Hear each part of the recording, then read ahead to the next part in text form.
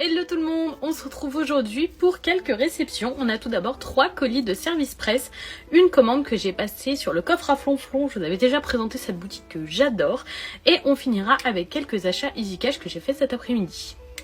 On commence chez Mangetsu avec les tomes 1 et 2 de Coq de Baston. Ils ont un petit effet un peu brillant, je sais pas si vous voyez, vraiment très chouette. J'avais reçu le tome 2 il y a un moment, donc j'avais demandé à recevoir le tome 1 pour pouvoir attaquer tout simplement la série.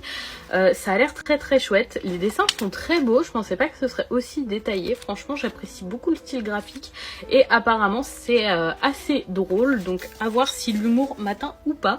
Et avec, j'avais cette petite chose extrêmement mignonne et déstressante que j'ai déjà beaucoup appréciée, qui se... c'est très addictif ce genre de petites choses. J'aime beaucoup la matière, il est super rigolo, il est trop chou en plus. On passe à un colis de la part de Kana. Tout d'abord, j'ai reçu le 5e tome de Tougen Anki que j'attendais très impatiemment. Ce shonen a un potentiel incroyable.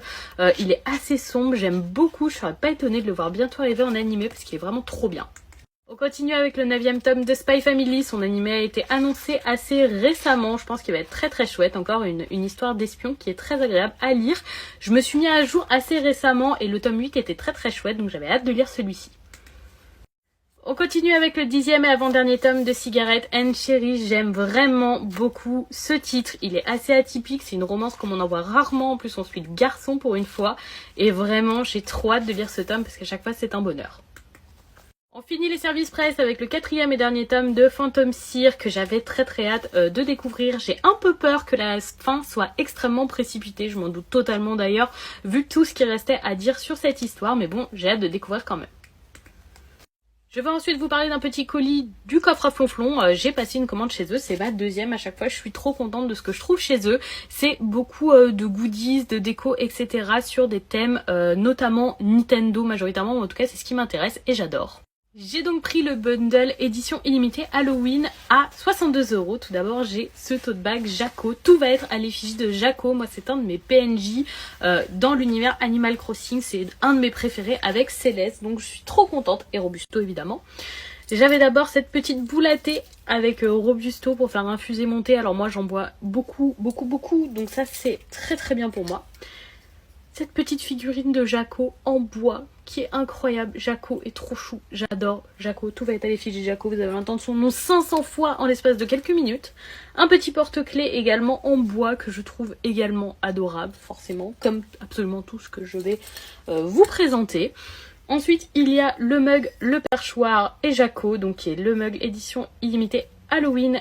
Très orange, bien flashy, avec Robusto et Jaco, donc parfait. Mes 2 PNJ préférés regroupés sur un seul accessoire. On a ensuite cette lanterne que j'avais repérée depuis la fin de la saison Halloween l'année dernière et j'avais pas eu le temps de la prendre. Et je suis trop contente, très contente de voir aussi qu'ils fournissent des bougies pour aller dedans. Il y en a 3, donc ça c'est cool parce que je n'en ai absolument pas chez moi.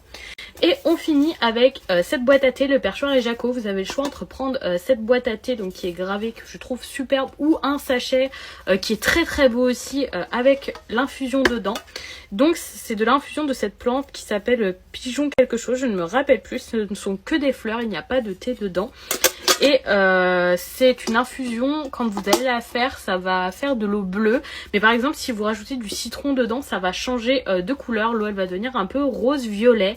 Et en général, ça se boit avec du miel. Donc voilà, c'est une infusion sans théine. C'est une infusion, ce n'est pas du thé, je vous le redis. Et ça sent assez bizarre, je ne connaissais pas. Et j'ai très hâte de goûter, je suis curieuse de le faire changer de couleur. On passe ensuite à Easy Cash, un seul achat pour mon copain, c'est le Assassin's Creed The Joe Collection qu'il a trouvé sur PS4 pour 15 €, toujours dans son objectif de full set Assassin's Creed, et en plus il voulait refaire donc là, les jeux qu'il y a là-dedans, donc il y a Assassin's Creed 2, Brotherhood et Révélation, que moi j'ai uniquement sur PS3, je crois que je ne les ai pas du tout sur PS4, donc ça tombe bien vu qu'il est dans une lancée Assassin's Creed, c'est parfait. On passe à mes achats et vous allez voir que c'est très Disney. Tout d'abord sur PS1, j'ai pris Lilo et Stitch Ouragan sur Hawaï pour je crois 3 ou 4 €, il n'y a plus l'étiquette. Voilà, un petit jeu Lilo et Stitch qui sera sûrement de la plateforme 3D, mais ça a l'air franchement sympa. Ensuite sur Wii, il a été gratuit, celui-là c'était 2 achetés 1 gratuit. J'ai pris Réponse sur la Wii, voilà, qui a l'air d'être un jeu d'aventure où on peut incarner Réponse ou Flynn, donc ce sera à tester. On reste sur Wii pour 6 €, j'ai pris Wall-E. Pareil, il est 4 joueurs celui-là, donc ce sera peut-être à tester entre amis. Ça a l'air chouette. Je reprends un amour pour Wall-E depuis que je joue à Disney Dreamlight Valley, donc j'avais trop envie de prendre ça.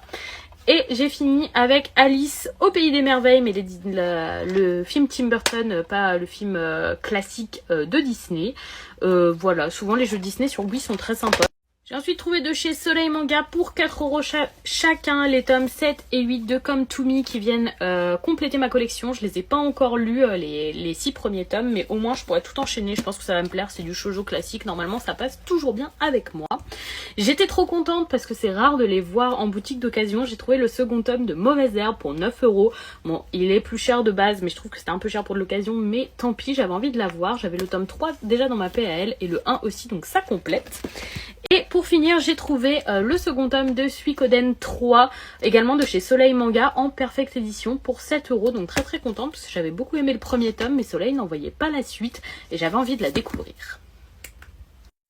Et donc voilà pour les quelques réceptions d'aujourd'hui. Je suis hyper contente que ce soit de mes services presse, de mes achats ou surtout de mon colis du coffre à Flonflon, je l'avoue. Je suis refaite. Voilà, je vous souhaite une très bonne fin de journée et je vous fais des bisous tout le monde.